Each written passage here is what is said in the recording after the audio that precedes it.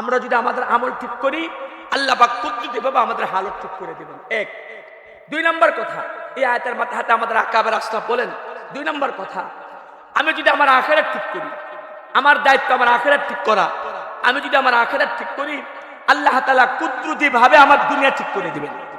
এজন্য আমরা তো দুনিয়া ঠিকের পিছনে পড়ি, দুনিয়া ঠিক করতে গিয়া আখিরাত নষ্ট হয়ে যায়।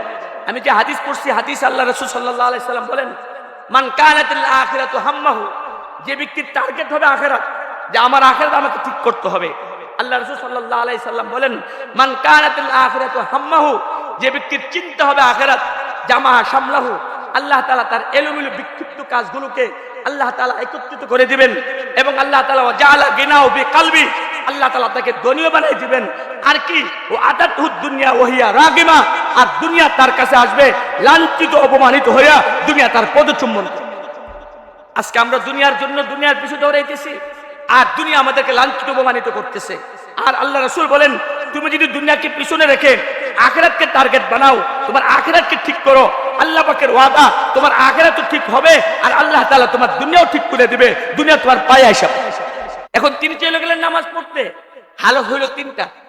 আমাদের অবস্থা হইল, আমরা হালতের পিছু পড়ি এমন ভাবে যে হালতের পিছু পড়া নামাজ ছেড়ে দেই, আল্লাহর হুকুম ছেড়ে দেই, পরে দেখা যায় সমস্যা যতটুকু ছিল সমাধান তো হয় নাই, বরং আরো বাইরে আসছে। ঠিক কিনা বলেন?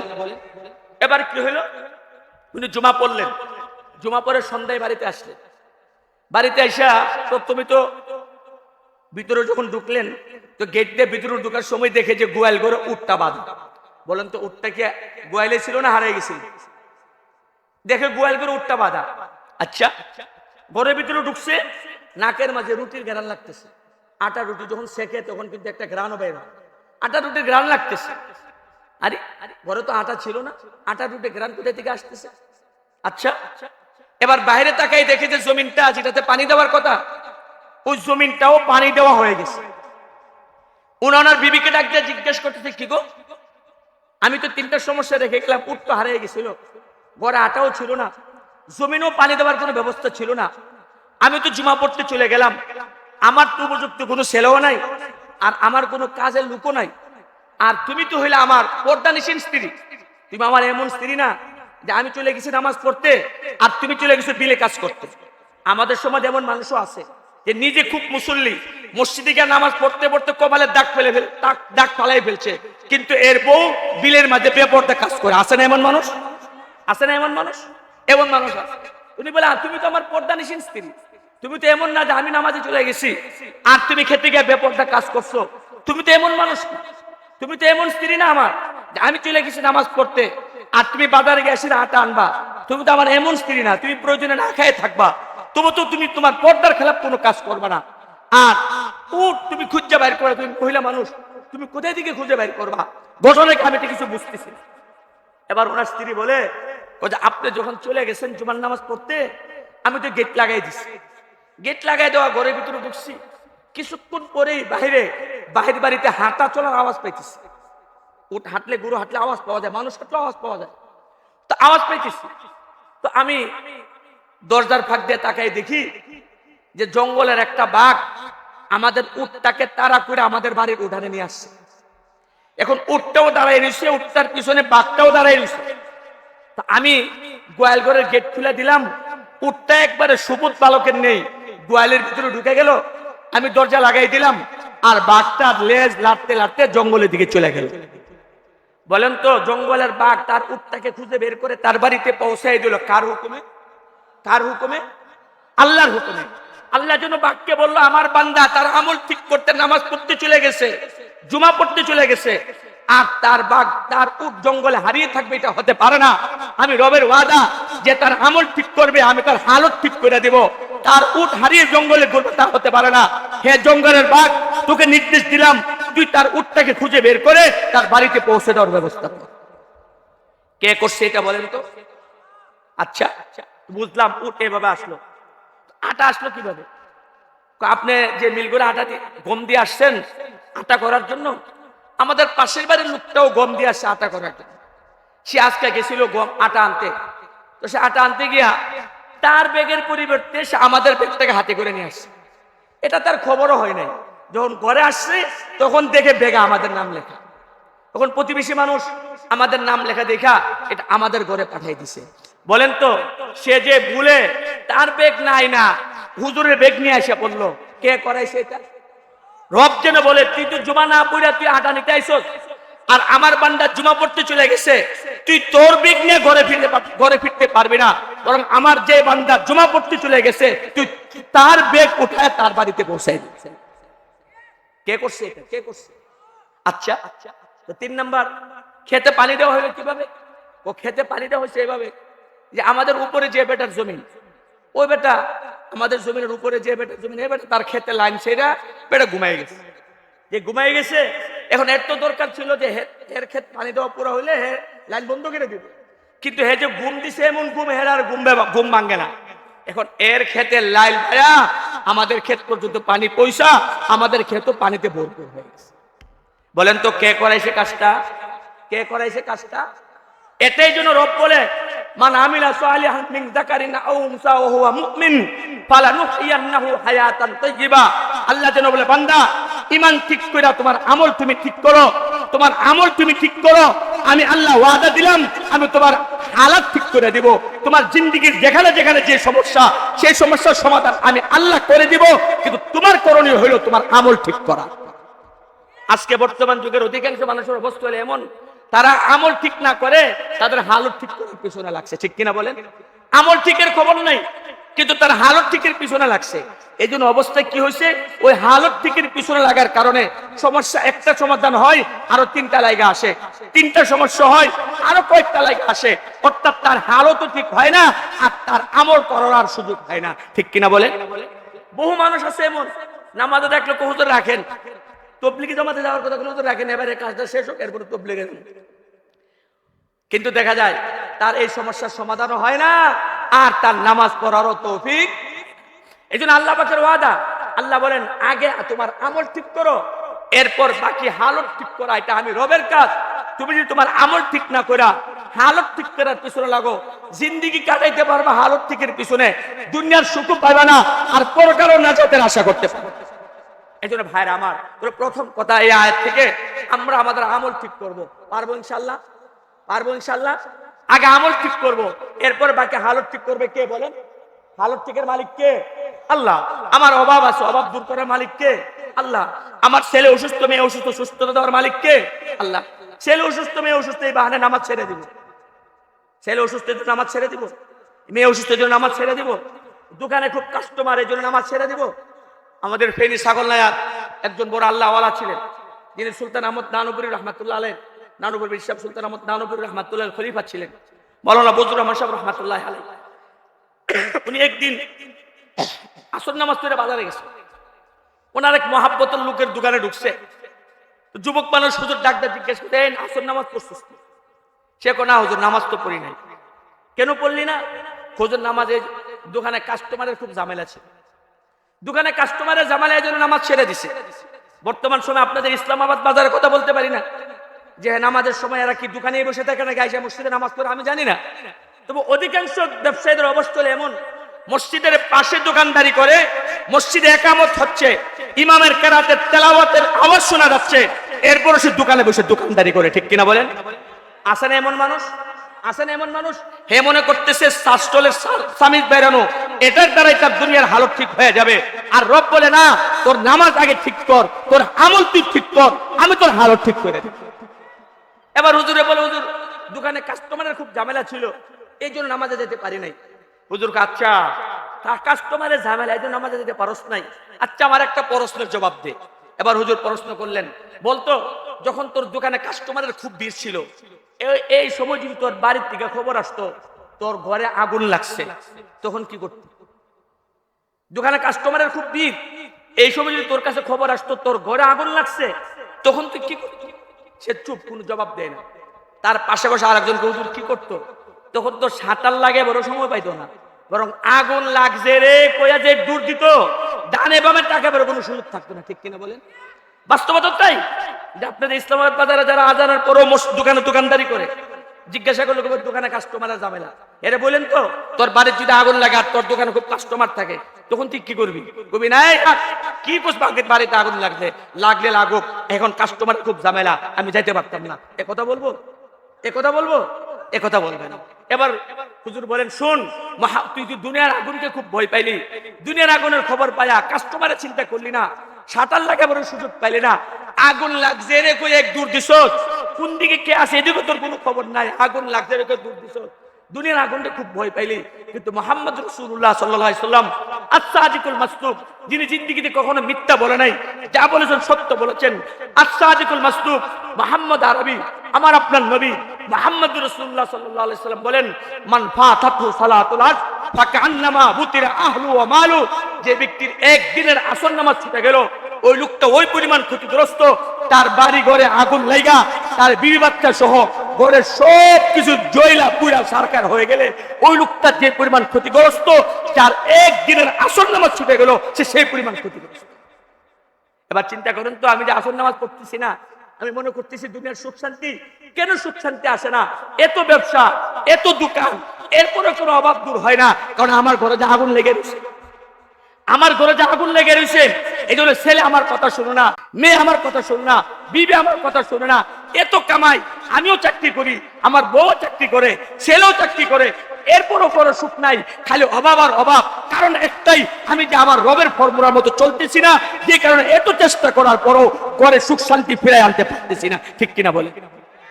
এই জন্য ভাইরা আমার, তাহলে এক নম্বর কথা, আমরা যদি আমাদের আমল ঠিক করি, আল্লাহ পাক কুদরতি ভাবে আমাদের হালত ঠিক করে দিবেন। এক। দুই নম্বর কথা, এই আয়াতের মাথাতে আমাদের আকাবের আশরাফ বলেন, দুই নম্বর কথা, আমি যদি আমার আখিরাত ঠিক করি, আমার দায়িত্ব আমার আখিরাত ঠিক করা, আমি যদি আমার আখিরাত ঠিক করি, আল্লাহ তাআলা কুদরতি ভাবে আমার দুনিয়া ঠিক করে দিবেন। এই জন্য আমরা তো দুনিয়া ঠিকের পিছনে পড়ি, দুনিয়া ঠিক করতে গিয়া আখিরাত নষ্ট হয়ে যায়। আমি যে হাদিস পড়ছি, হাদিস আল্লাহ রাসূল সাল্লাল্লাহু আলাইহি সাল্লাম বলেন, মান কানাতিল আখিরাতু হাম্মাহু, যে ব্যক্তির টার্গেট হবে আখিরাত, যে আমার আখিরাত আমাকে ঠিক করতে হবে, আল্লাহ রাসূল সাল্লাল্লাহু আলাইহি সাল্লাম বলেন, মান কানাতিল আখিরাতু হাম্মাহু, যে ব্যক্তির চিন্তা হবে আখিরাত, জামা সামলাহু, আল্লাহ তাআলা তার এলোমেলো বিক্ষিপ্ত কাজগুলোকে আল্লাহ তাআলা একত্রিত করে দিবেন, এবং আল্লাহ তাআলা জাআলা গিনাউ বিকলবি, আল্লাহ তাআলা তাকে ধনী বানাই দিবেন। আর কি, ও আতাতুদ দুনিয়া ওহিয়া রাগিমা, আর দুনিয়া তার কাছে আসবে লাঞ্ছিত অপমানিত হইয়া, দুনিয়া তার পদচুম্বন করবে। আজকে আমরা দুনিয়ার জন্য দুনিয়ার পিছু দৌড়াইতেছি, আর দুনিয়া আমাদেরকে লাঞ্ছিত অপমানিত করতেছে। আর আল্লাহ রাসূল বলেন, তুমি যদি দুনিয়াকে পিছনে রেখে আখিরাতকে টার্গেট বানাও, তোমার আখিরাতকে ঠিক করো, আল্লাহ পাকের ওয়াদা, তোমার আখিরাতও ঠিক হবে, আর আল্লাহ তাআলা তোমার দুনিয়াও ঠিক করে দিবে, দুনিয়া তোমার পায়ে আইসা। ইতিহাস পড়লে, আমাদের আকাবের আসলাফদের জিন্দেগি পড়লে আমরা পাই যে আমাদের আকাবের আসলাফরা, ওনারা তাদের দুনিয়া ঠিক করার পিছনে লাগে নাই, আখিরাত ঠিক করার পিছনে পড়ছে, আর আল্লাহ তাআলা তাদের দুনিয়াও ঠিক করে দিয়েছে। আমাদের উপমহাদেশ, আমাদের একজন বড় বুজুর্গ ছিলেন, আমাদের ইমাম আজম আবু হানিফা রাহমাতুল্লাহ আলাইহি সমসাময়িক হযরত সুফিয়ান আস-সাউরি রাহমাতুল্লাহ আলাইহি, উনি একাধারে যেমন একজন ফকিহ ছিলেন, একাধারে তিনি একজন মুহাদ্দিসও ছিলেন, বড় হাদিসের ইমামও ছিলেন। সুফিয়ান আস-সাউরি রাহমাতুল্লাহ আলাইহিকে একবার এক যুবক গিয়ে বলতেছে, হুজুর, আমার একটা আবদার, এটা আপনি ছাড়া কেউ পুরা করতে পারবেন। হুজুর, আপনি আমাকে কথা দেন, আপনি আমার এই আবদারটা পুরা করবেন। হুজুর বলে, বেটা আমি মৌলবী মানুষ, আমি তোর কি আবদার পুরা করবো? হুজুর, আপনিই পারবেন আমার আবদারটা পুরা করতে, দুনিয়ার আর কারো সাধ্যে নেই এটা পুরা করার। আপনি ওয়াদা দেন, কথা দেন, আপনি আমার আবদারটা পুরা করবেন। বারবার হুজুর থেকে ওয়াদা নিয়ে কথা নিয়ে এবার সে বলে, হুজুর, আমার আবদারটা হলো, আমার মনে চাই বছরে 365 দিন আমি আপনাকে 365 দিনের জন্য 365 দিন 65 জোড়া পোশাক বছরের শুরুতে আমি আপনাকে বানিয়ে দিয়ে দিব। আপনি প্রত্যেক দিন নতুন নতুন জামা পরে পরে হাদিস পড়াবেন, আর কোরআনটা সদকা করে দিবেন। আপনি আমাকে কি অনুমতিটা দিন? বলেন তো, দুনিয়ার কোন রাজা বাদশা আছে প্রত্যেক দিন নতুন নতুন পোশাক পরে? কিন্তু হযরত সুফিয়ান আস-সাউরি রাহমাতুল্লাহ আলাইহি নিজের আখিরাত ঠিক করছে, এইজন্য আল্লাহ তাআলা তার দুনিয়া এমন ভাবে ঠিক করে দিচ্ছে, প্রত্যেক দিন নতুন নতুন পোশাক পরে ওই যুবক ওনার জন্য বছরের শুরুতে 365 জোড়া পোশাক বানিয়ে দিয়ে দিত। আর উনি প্রত্যেক দিন সকালবেলা কোরআনটা খুলে সদকা করে দিয়া নতুনটা পড়ে হাদিস পড়াইতে চলে যাইতেন। ওনার আর কাপড় ধোয়ার দরকার লাগতো না। কে করছে এটা বলেন তো? কে করছে এটা? কে করছে? আল্লাহ। তাহলে আল্লাহ পাকের ওয়াদা, তুমি তোমার আখিরাত ঠিক করো, আমি আল্লাহ তোমার দুনিয়া ঠিক করে দিব। আপনি দেখবেন এই পৃথিবীর বুকে যারাই তাদের আখিরাত ঠিক করছে, আল্লাহ তাদের দুনিয়া, আল্লাহ তাআলা তাদেরকে অপূরণ রাখে নাই। আল্লাহ তাআলা তার প্রয়োজন মতো দুনিয়া আল্লাহ তাকে দুনিয়াতেও দান করছে। আমি সুফিয়ানে সাউরি তো অনেক দূরের কথা, নিকট অতীতের কথা বলি। আমার পীর মুর্শিদ শেখুল ইসলাম আল্লামা আহমদ শফি রহমাতুল্লাহ আলাইহি, নাম শুনছেন না আপনারা? শেখুল ইসলাম আল্লামা আহমদ শফি রহমাতুল্লাহ আমার পীর মুর্শিদ। উনি তো প্রায় বলতেন যে হেলিকপ্টার আমার জন্য রিক্সা হয়ে গেছে, রিক্সা। উনি বলতেন হেলিকপ্টার আমার জন্য রিক্সা হয়ে গেছে। রিক্সা দিয়ে, অটো দিয়ে যেমন আমরা এক জায়গা থেকে আরেক জায়গায় যাই, শেখুল ইসলাম আল্লামা আহমদ শফি রহমাতুল্লাহ ওনার শেষ জিন্দেগি আমরা দেখছি উনি হেলিকপ্টার দিয়ে এক জায়গা থেকে আরেক জায়গায় যাইতেন। উনি যে রুমে থাকতেন, মাদ্রাসার যে বিল্ডিং এ থাকতেন, 3 তলা বিল্ডিং, উনি 2 তলায় থাকতেন। 3 তলার ছাদের উপরে হেলিপ্যাড ছিল। উনি কোনো প্রোগ্রামে যাইতেন, হেলিকপ্টারে এসে ছাদের উপর নামতো, হুজুর রুম থেকে বের হয়ে হেলিকপ্টারে উঠতেন, আবার হেলিকপ্টারে প্রোগ্রামে যাইতেন। প্রোগ্রাম শেষে হেলিকপ্টার হুজুরকে ছাদের উপর নামাই দিয়ে যেত। আর হুজুর বলতেন হেলিকপ্টার তো আমার জন্য রিক্সা, রিক্সা, রিক্সা। বলেন তো আল্লামা আহমদ শফি রহমাতুল্লাহ আলাইহি ওনার জন্য যে হেলিকপ্টার রিক্সা হয়েছে, উনি কি দুনিয়ার পিছু করছেন নাকি উনি আখিরাত ঠিক করছেন? উনি ওনার আখিরাত ঠিক করছেন। এই জন্য আল্লাহ তাআলা দুনিয়া ওনাকে এমন ভাবে ঠিক করে দিয়েছেন। দুনিয়াদাররা, আমার দেশের কিছু সুশীল, নিজেদেরকে যারা সুশীল ভাবে, এরা সমালোচনা করতো, হুজুর এত টাকা পাক হই, খালি হুজুর, হুজুর এত টাকা পাক হই, প্রত্যেক প্রোগ্রামে খালি হেলিকপ্টার হেলিকপ্টার দেয়া যা, হুজুর এত টাকা পাক হই। এই জন্য দুদকে মামলা করে, অমুক খালে মামলা করে, তদন্ত করার জন্য। তদন্ত করে দেখে হুজুরের কিছুই নাই, ব্যবস্থা করছে কে? তুমি তোমার আখিরাত ঠিক করো, আল্লাহ তোমার দুনিয়া ঠিক করে। এই জন্য তালেব ইলম ভাই অনেক দেখা যায় মনের ভিতরে ফিকির আনো, দুনিয়ার কিছু ঘুরবা না, ঘুরবো আখিরাতের পিছনে। ফিকির থাকবে আমার আখিরাত, আল্লাহ আমার দুনিয়া অটোমেটিক ঠিক করে দিবেন। আর দুনিয়া যদি ঠিক নাও হয়, আমার আখিরাত যদি ঠিক হয়ে যায়, দুনিয়া তো একদিন না একদিন শেষ হবেই, কিন্তু আমার আখিরাত যদি ঠিক হয়ে যায়, এটাই তো আমার জন্য কামিয়াব এবং সফলতা, ঠিক কিনা বলেন? এই জন্য 2 নম্বর কথা, তুমি তোমার আখিরাত ঠিক করো, আল্লাহ তোমার দুনিয়া ঠিক করে দিবে। কিন্তু আমাদের সমাজে বহু মানুষ আছে এমন, যারা নিজের দুনিয়ার জন্য তো আখিরাত নষ্ট করেই, আবার বহু মানুষ এমন আছে যারা অন্যের দুনিয়ার জন্য নিজের আখিরাত নষ্ট করে। যেমন যখন নির্বাচন আসে, বিভিন্ন দল যারা করে, দলের নেতাদের জন্য এদের এত মায়া, এত মায়া, দলের নেতাদের মায়া মহাব্বতে আলেম ওলামাদেরকে গালি দিতেও কোনটা বোধ করে না, ঠিক কিনা বলেন? আলেমদেরকে নিয়ে ব্যঙ্গ করে, আলেমদেরকে নিয়ে আলেমরা যদি তার দলের নেতা নেত্রীর বিরুদ্ধে কোনো কথা বলে, আলেমদের সমালোচনা করে, মসজিদের কমিটি থাকলে ইমামের খতিবের ইমামতি খতিবগিরি বাদ দেওয়া যায়, ক্ষমতা দেখায়, অন্যের দুনিয়ার জন্য নিজের আখিরাত নষ্ট করতেছে। এর চেয়ে বড় বোকা আর কেউ হতে পারে না, যে অন্যের দুনিয়ার জন্য নিজের আখিরাত নষ্ট করে। ক্ষমতা পেলে সে পাবে, তুমি কি পাইবা? তোমার তো খবরও থাকবো না। তুমি যার জন্য এই আলেমের সাথে বেয়াদবি করতেছো, যার জন্য উলামায়ে কেরামের সাথে বেয়াদবি করতেছো, যার জন্য উলামাদেরকে গালি দিচ্ছ, তাদের তো খবরও থাকবে না। তুমি তোমার নিজের আখিরাত নষ্ট করে আরেকজনের দুনিয়া ঠিক করার চেষ্টা করতেছো। এর চেয়ে বড় বোকা আর কেউ হতে পারে না, ঠিক কিনা বলে? আমাদের ব্রাহ্মণবাড়ির একটা ফেরাউন ছিল, রবিউল মুক্তাদির চৌধুরী। ব্রাহ্মণবাড়ির ফেরাউন বলতাম, কারণ সে এমন এমন কথা বলছে, আমার মনে হয়, আমার দিলে বিশ্বাস দেয় তার ঈমান নাই। কারণ সে আল্লামা মুফতি ফজলুল কামিল রাহমাতুল্লাহ আলাইহিকে মুনাফিক বলছে, বলেন নাউজুবিল্লাহ। সে শায়খুল হাদিস আল্লামা আজিজুল সাহেব রাহমাতুল্লাহ আলাইহিকে মুনাফিক বলছে।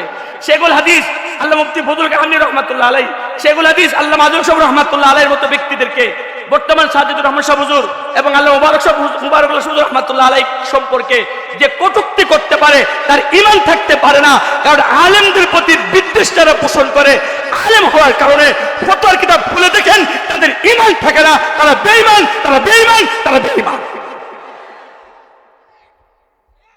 এই রবিউল মুক্তাদির চৌধুরী বহু দম্ভ দেখাইছে, বহু দাম্ভিকতা দেখাইছে, আবার কথায় কথায় বলতো এ নাকি কোরআনে পাই নাই, বুরকার কথা কথায় কথায় বলতো যে কোরআনে নাকি কোথাও বুরকার কথা পাই নাই। এটা বলে মুলিমদের বানানো, বলেন না নাউজুবিল্লাহ। নিজে নিজে কোরআন পড়তে গেলে অবস্থা এমনই হবে, নিজে কোরআন বোঝা যায় না, কোরআন বোঝার জন্য উস্তাদ লাগে, ঠিক কিনা বলেন? কোরআন বোঝার জন্য উস্তাদ লাগে, উস্তাদ ছাড়া কোরআন বোঝা যায় না। নিজে কোরআন বুঝতে গেলে এই কোরআন তোমাকে জাহান্নামে পৌঁছাবে, আর যদি উস্তাদ দিয়ে কোরআন বুঝো তাহলে ওই কোরআন তোমাকে জান্নাতে পৌঁছাবে। এজন্য আমাদের দাবি, আজকের এই তাফসীরুল কালাম মাহফিল থেকে আমাদের দাবি, এই ব্রাহ্মণবাড়িয়ার ফেরাউন রবিউল মুক্তাদির চৌধুরীকে গ্রেফতার করা হয়েছে। ব্রাহ্মণবাড়িয়ার হাফেজ মাসুদ সহ, হাফেজ মাসুদ জামিউন নিসার ছাত্র সে সহ 14 জন 2021 সালে যারা শাহাদাত বরণ করেছেন, এই সবগুলোর খুনি এই রবিউল মুক্তাদির চৌধুরী। আমাদের দাবি রবিউল মুক্তাদিরকে রাজপথে প্রকাশ্যে ফাঁসি দিতে হবে, ফাঁসি দিতে হবে, ফাঁসি দিতে হবে, ঠিক কিনা বলেন? এই কুখ্যাত সেজন্য আর এই জমিনে সেজন্য আর বিচরণ করতে না পারে। প্রকাশ্যে ব্রাহ্মণবাড়িয়ার তৌহিদি জনতার দাবি, এই জালেমকে, এই ফেরাউনকে প্রকাশ্যে ফাঁসি দিতে হবে। বলতেছিলাম যে কথা, 2 নম্বর বিষয় গেল, আখেরাত ঠিক করলে আল্লাহ আমার দুনিয়া ঠিক করে দেবে, ঠিক কিনা বলেন? 3 নম্বর কথা, আল্লাহর সাথে সম্পর্ক ঠিক করলে আল্লাহ মাখলুকের সাথে সম্পর্ক ঠিক করে দেবে। আমাদের টার্গেট হবে আল্লাহকে রাজি করা। আল্লাহ যদি রাজি হয়ে যায়, সকল মাখলুক এমনিতে আমার প্রতি রাজি হয়ে যাবে। আর আল্লাহ যদি রাজি না হয়, সকল মাখলুকের পিছনে পিছনে ঘুরা ঘুরা যতই চেষ্টা করেন তাকে রাজি করাইতে পারবেন না। এই জন্য 3 নম্বর পয়েন্ট, আল্লাহকে রাজি করতে হবে। আল্লাহর সাথে সম্পর্ক ঠিক করলে সমস্ত মাখলুকের সাথে আল্লাহ তাআলা অটোমেটিকলি সম্পর্ক ঠিক করে দেবে। দেখেন না সাহাবাদের জিন্দেগি, তারা আল্লাহর সাথে সম্পর্ক ঠিক করছে। এই জন্য বনের হিংস্র প্রাণীরা পর্যন্ত তাদের কথা শুনছে, তাদের কথা শুনছে। এক সাহাবী যুদ্ধে যাচ্ছে, উনি পথ হারিয়ে ফেলছে। যখন পথ হারিয়ে ফেলছে, জঙ্গলের ভিতরে পথ হারিয়ে ফেলছে, সামনে দেখে বাঘ, ভয় পেয়ে গেছে। কি করবে? ভয় পেয়ে গেছে, কি করবে? এবার বাঘ হা করে রয়েছে। উম্মে হারাম রাদিয়াল্লাহু তাআলা ঘটনা, উনি বলে বাঘকে সম্বোধন করবে, এই যদি আমার দিকে সবল মারস তোর বাহু ভেঙে ফেলবে। বাঘ বলে, আল্লাহ তার বাঘ জবান খুলে দিছে। বাঘ বলে, কি বলো? আল্লাহ তোমার রিজিক, আমার রিজিক রাখছে তোমার মাঝে, এখন আমি তোমাকে খেলে তুমি আমার বাহু ভেঙে দিবা, আমার বাহু ভেঙে বলবে, ঘটনা কি? ও জানোস আমি কে? আমি হইলাম মুহাম্মদ রাসূলুল্লাহর সাহাবী। যেই শুনছে মুহাম্মদ রাসূলুল্লাহর সাহাবী, এবার তো বাঘকে মাফ করে দাও, মাফ করে দাও। উম্মে হারাম বলে, এমনি মাফ হবে না, আমি সাথে সঙ্গে হারা, আমার সাথীরা কে কোথায় গেছে আমি জানি না, এত বড় জঙ্গল আমি পার হতে পারবো না, তুই আমাকে আমার সাথীদের কাছে পৌঁছার ব্যবস্থা করে দে, এরপরে চিন্তা করবো তোকে মাফ করা যায় কিনা। এই কথা বলার পরে বাঘ ওই ঘোড়া উঠ যেরকম ভাবে নাকি তার পিঠকে নেচা করে দেয় কোমরকে সওয়ারি ওঠার জন্য, সেভাবে কোমর বাঁকা করে দিচ্ছে, নিচু করে দিচ্ছে। উম্মে হারাম মহিলা মানুষ বাঘের পিঠে সওয়ার হইলেন। বাঘ দৌড়ায় দৌড়াইয়া জঙ্গল পার কইরা ওনাকে ওনার সাথীদের পর্যন্ত পৌঁছায় দিয়া, এরপর বাঘ হাত জোড় করে বলে, এবার কি মাফ করা যায়? উম্মে হারাম বলেন, যা, আল্লাহ তোকে মাফ করে। তাহলে এই যে বাঘ, যে বাঘ আপনাকে গিলে ফেলবে, সেই বাঘ আপনাকে না গিলে সেই বাঘ আপনাকে পিটে করে জঙ্গল পার করাই দিল। কিসের কারণে? আল্লাহর সাথে তাআল্লুক ঠিক, এই জন্য দুনিয়ার সকল মাখলুকের সাথে তাআল্লুক।